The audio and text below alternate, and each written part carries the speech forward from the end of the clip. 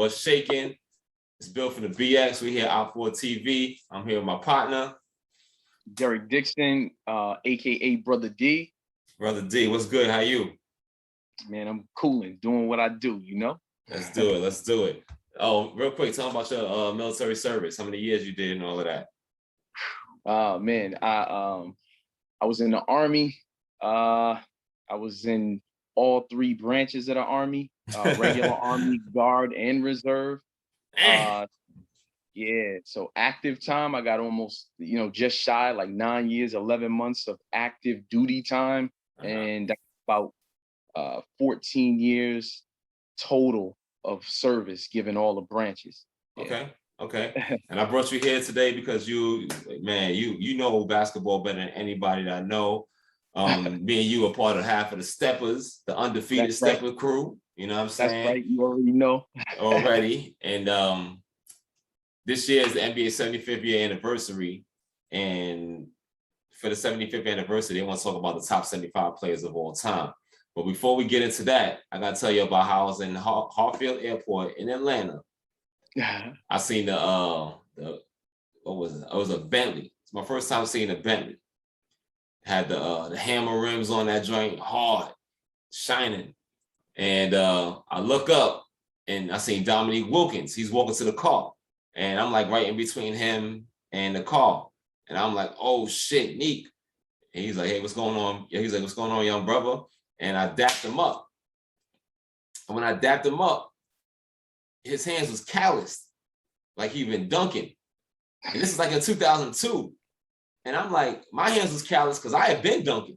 You know what I'm saying? It's 2002. I'm you know what I'm saying? I'm like 23, 24 years old. I'm supposed to be dunking. It's gonna happen. And I dapped him up, and his hands was calloused like he had been dunking. I was like, where you been hooping? Not knowing that he was playing ball over in Italy. Right. You know what I'm saying? He had just won that championship over in Italy. So yeah, he had been hooping on them boys hard. So shouts out to Neek. And they did him dirty. They left him off the top 50 list. Right. But now here we are, 75 year anniversary, all-time top 75. They can't leave him off this list, Yeah, I'm a second that notion right there, because at first I was like, Dominique Wilkins, he didn't have the kind of game I thought that was worthy of top 50. But looking back at it, because hindsight is 2020, you could see that Dominique Wilkins had a game and a skill set that he could very well play in today's game. Man, he was a tremendous athlete. He had good instincts on the court. He could put the ball in the basket with the best of them. It's just that he wasn't in I guess the city that he played for, the Atlanta Hawks. I guess some of it has to do with support when it comes. He didn't get a good run when it came to being with the coach.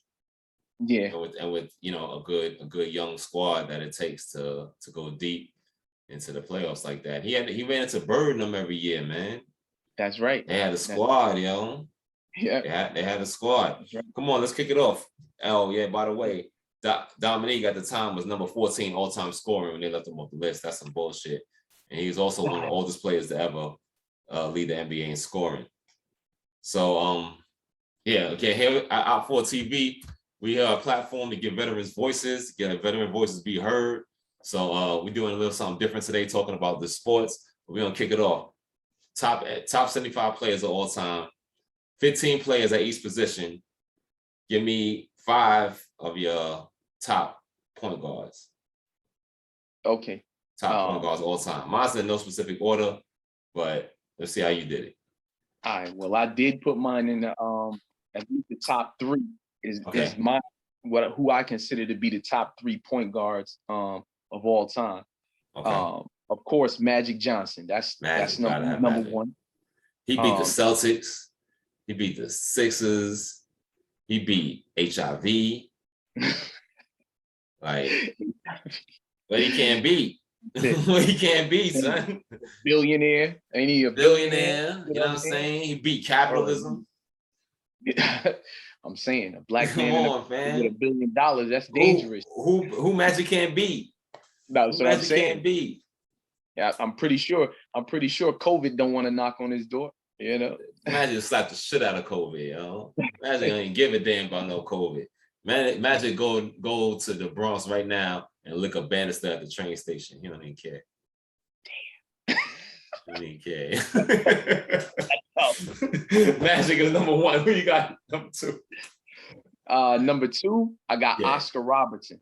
Oh, he's a winner. I give him credit for being the first guy to early in his career to be multifaceted enough to average a triple-double and to basically be the do-it-all for his team when he was with Cincinnati Royals or something like that. LA. I think he mentioned it. Yeah. So he ushered in the what Russell Westbrook is doing right now. You know, he on your list? Yeah, Russell Westbrook is on the list. You can't average triple doubles for 4 seasons. I don't care how you do it in any era, and then not be in the greatest PGs. But he's not in the top 5. He's not in the top 5. I get it. But he's on your list. Okay. Keep going. Where we at? So third for me is Isaiah Thomas. Zeke. That's right. The original. Getting it done. He put the flash and the flair in the point guard position at a time when him and Magic Johnson, they were the two best point guards in my eyes during the NBA's golden era of the 80s. Absolutely. Yeah. Absolutely. Yeah. And then number 4, I have Gary Payton. The glove. That's right. I got Gary Payton. He went all the way to Miami to get his ring. That's right. Because he got a chip. Yeah. And he also played both ends of the floor. So that's a rarity. You don't have too many point guards that play defense as tough as he played and the way he played and could put the ball in the basket, drop dimes and have be a part of a winner or lead teams, like that. So, okay. Yeah. And then number 5. Yeah, number 5, I got that one was a toss-up, but I had to give it to Jason Kidd. Oh. I had to give it to Jason Kidd. Oh, one of the OG light-skinned brothers. That's it. Because his mantra was winning. Win with a guy like Jason Kidd. He didn't do too much of anything. He wasn't great at there wasn't anything he was going to be the most exceptional at. But except passing. You know what I'm saying? Yeah. Oh yeah, he's a great actor, but he wasn't the best of all time. Yeah, but he probably wasn't the best, but man, he made so many guys look good. His passing was just, man, if he was one of those guys who could run the floor, another one in today's game, he'd make a living, because back in his day, you got to think about it, scoring the way, like how you say, it was get to the basketball. So those days in New Jersey, he had, the floor is stretched now. All the big guys could shoot threes. So if Jason Kidd had a big guy that could shoot threes, that would have been a crazy weapon for Jason Kidd. You know what I'm saying? He could always look to the corner and there's somebody there that could knock it down, always stretch the floor. Man, Jason Kidd in today's game would average 15, 20 assists. And very easily. Very easily. Yeah, he could average a triple double. Jason Kidd. Rondo make your list? No. Rajon make my list. Rondo and make your list. Do we consider Steph and AI? We consider them point guards, or they 2 guards? Both of them are shooting guards, hands down. Okay. Style of play has something to do with it too, because like you can't put LeBron at the point guard because he's truly a point forward. So he's a small forward. Yeah, based on lineups, matchups, whoever's in the game, he's got to play off the ball. Especially this year with the team that they have. So yeah, I get it. You didn't say Steve Nash. Nah, not in the top 5. And does he make your top 15 list? Nah, Steve Nash didn't make my top 15. He in the top 20, but not the 15. Not the 15. Yeah. To me, it's winning. You know what I'm saying? You make great numbers during the regular season, but when it comes to the playoffs, you're not winning. And you can't make the all-time list if your team is not winning the playoffs because of you specifically. Tony Parker is giving this dude 40 night in and night out. Whenever the Suns meet the Spurs, Tony Parker is going nuts, and he's only going one way. Yeah, exactly. And the thing about it, not to cut you off, but the crazy thing is, it's hard to find a pure point guard that can defend. Usually, point guards play the passing lane. They look good because things are set up in a way that typically either they have a defensive-minded coach or they know how to play the passing lane, and they can look good on defense. But it's very hard to find a strong defensive point guard. And then usually the average point guard may be a liability against bigger guards. That's why if you notice, my Isaiah Thomas is the only small guard that I had at 6'1". Everybody else 6'5", 6'4", 6'8" or 9, 6'8" or 9, whatever Magic was. Yeah, they're not necessarily the best guards, but the ones that I listed, they make the floor. They make the floor smaller. That's right. They understood things about the game given their era that that mentality could very well be exercised now when they could win. So that's absolutely how I feel. Yeah. All right, let's go to the 2 guards, yo. Top 5 2 guards. Let me hear it. Okay, top 5 2 guards. I got Michael Jordan, of course. And this. Yep, I got Kobe Bryant and Allen Iverson. Okay. No arguments there. For for AI to do what he did and be like our size is crazy. Absolutely. It's crazy. I'm surprised he didn't suffer more injuries throughout his career, because he played in an era when you go to the paint, you're getting punished, boy. Absolutely. You're getting punished. Or 155 pounds, maybe, running around in there. You ever notice how nowadays when we see him, every time we see AI talking somewhere, he sound here about to cry? Oh, yeah. He always crying. Yeah, a lot of that. To me, I believe that a lot of that has to do with being, young and having celebrity very young and not being able to kind of live a regular life, so to speak. We could all say that Mike was the NBA's original rock star, but in a lot of ways, AI was as the NBA's original hip hop star. Yeah, facts. I agree with that 100%. Yeah. And I think AI is on my list higher than some other shooting guards because he transcended expectations in many ways, not just size, but what I'm saying, like, his career lasted longer than a lot of people anticipated because he took a beating. He led his team to a championship series. Yeah. They came up short, but he had, didn't have the kind of quality players that he was up against. He did it with Eric Snow, yo. And that's another guy. Hold up, Eric Snow is a good point guard. A lot of people want to knock Eric Snow. McKee. Aaron McKee, these are good guys.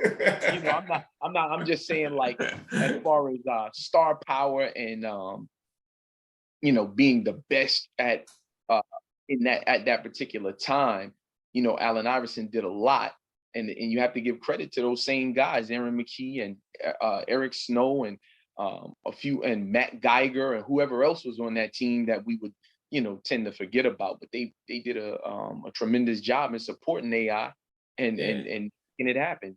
Whole time AI was in the NBA, he smoked Newports, yo. Newports and weed, B. He made it happen for himself. I don't know how he did it, yo. Yeah, I don't know how he did. I believe he drank alcohol, but I don't know if he. Oh yeah, he was drunk. Oh yeah, he was always drunk. Yeah, he always smoked Newports. Come on, fam. Always smoke Newports, yo. That was MJ, AI, Kobe. Who else you got?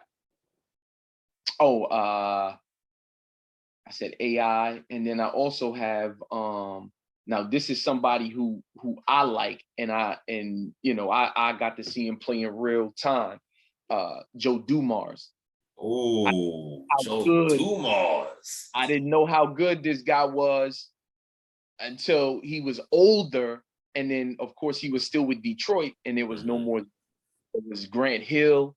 And then when Grant Hill was relatively still in his prime around 98, I think it was 97 and 98, man, Joe Dumars was delivering all of the clutch baskets when the Pistons made the playoffs. It wasn't Grant Hill.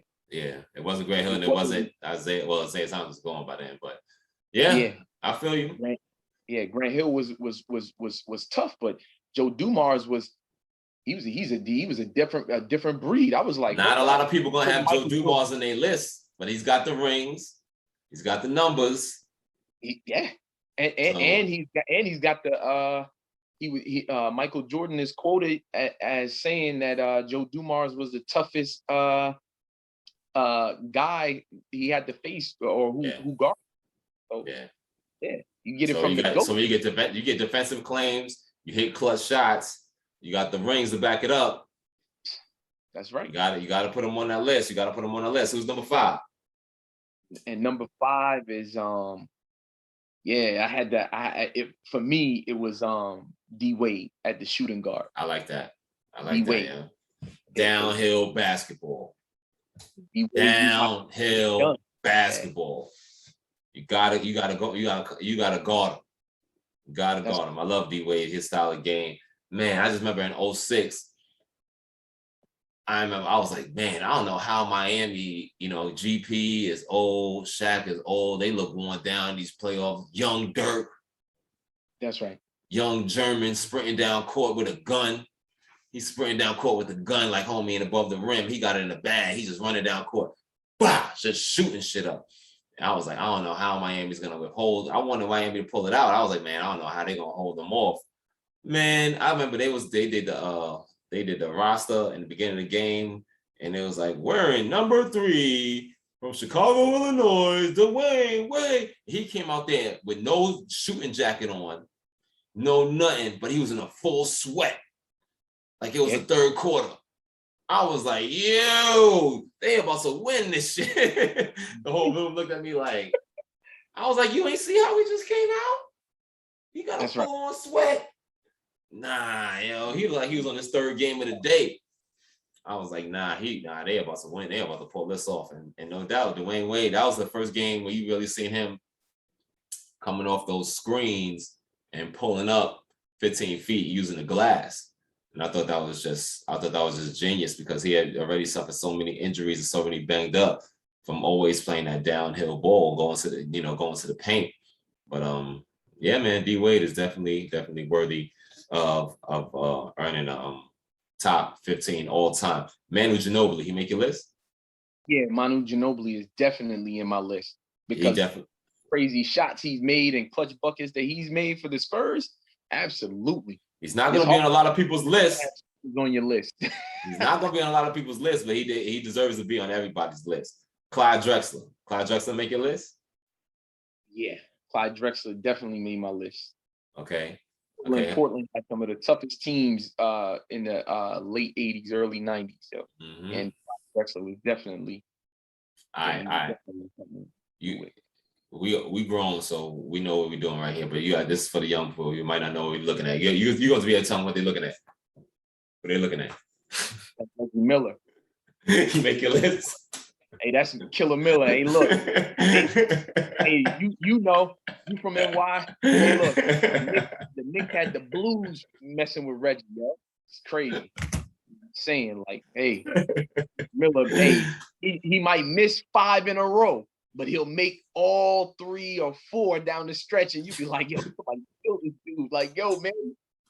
Reggie Miller was something else, man. Yo, the level of confidence, like you said, to miss 5 in a row and act like to shoot the next one like you ain't missed all day. That's it. Amazing. Man, the level of confidence. So all your young athletes out there listening, yo, just be confident. Whatever you do, man. Don't be afraid to put that ball up. When it's time, when it's your time, go for it, man. Vince Carter. Man, he did 20 years. When he was in Atlanta, he was like the NBA's first son. bald head, shiny bald head. Yeah. You seen him? Matter of fact, we went to go see him. We seen him when he played the Wizards. He came to DC, and we seen in the DC play. Like, was it? Yeah, DC played Atlanta. He was out there with them bad knees. I was like, look at Vince. He run like us. Oh man, he definitely made me feel good. I was like, man, I thought I would being 40, late 30s, 40 years old. Like what? I'm like, nah, man, I feel all right. He in the pros doing this. Man, shot off, you know. We ain't talking about this in pre-production, but yo, you gonna get back to coaching? You used to coach. For those who don't know, most of our listeners don't know. My man, brother D, will coach the DC. Dang, what the name is it? The damn. Where was you coaching at down there in DC? It was the base level team for the Walter Reed. The Walter Reed squad. So yeah, man, you think about with COVID mandates and all that stuff. They gonna start it back up. You think about getting the squad back together again? What you doing? Nah, I'm retired. I retired that hat. Come on, man. They need you. They need you patrolling the sidelines. Well, I can tell you this. I left as the winningest coach. And then I think I can leave it there. And then, you know, I did a good job. I influenced the lives of a lot of young men. And I think that was, you know, a lot of them didn't, you know, it was hard for some to take me serious because I know at the time I was like, what, 34 when I started coaching, 34, 35. And then I didn't look much older than they did. They was like, what? But once they really listened to me and bought into what I was saying, and they realized that, yo, he really does know what he's talking about, and we can have success if we follow his lead. So, but that was a good experience. But nah, I don't want that headache. I don't want that headache.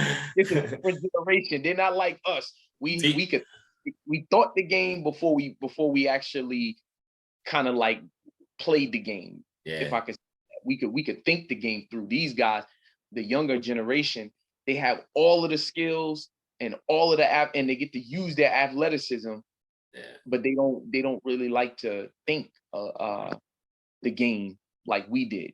You know? And it's crazy too, because if you bump into a guy nowadays, let's say he's 25 years old, 5-6 years in the military, played high school ball, he could have, like, with AAUs and all of that, he could have like literally like 600-700 games under his belt. That's right. He was playing basketball when he was like 10 years old. He's got mad games under his belt. Yet and still, there's certain things that they think better than we did. But then there's a lot of things that it just instinctively and intuitively, it's just. That's right. It's just missing. You know what I'm saying?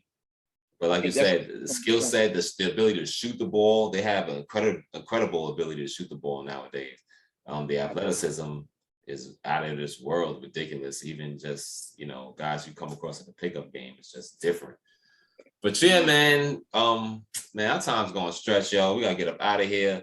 Brother D, I want to thank you, appreciate you, yo. We gotta still talk about the top 10 small forwards in the game. We gotta talk about those threes, the top 15, anyway, for the NBA 75th anniversary. The league is starting up here soon for the opening for the 2021 season. I want to thank you and appreciate you for pulling up. You gonna come back? Oh, absolutely. Come on, Step of fam. What are we doing? You know, Step of fam. What are we doing? You know, I'll be here. My brother, what are we doing? Hey, yo, this is Op4 TV. I'm Bill from the BX. Brother D. Hey, y'all be good. We're gonna check in.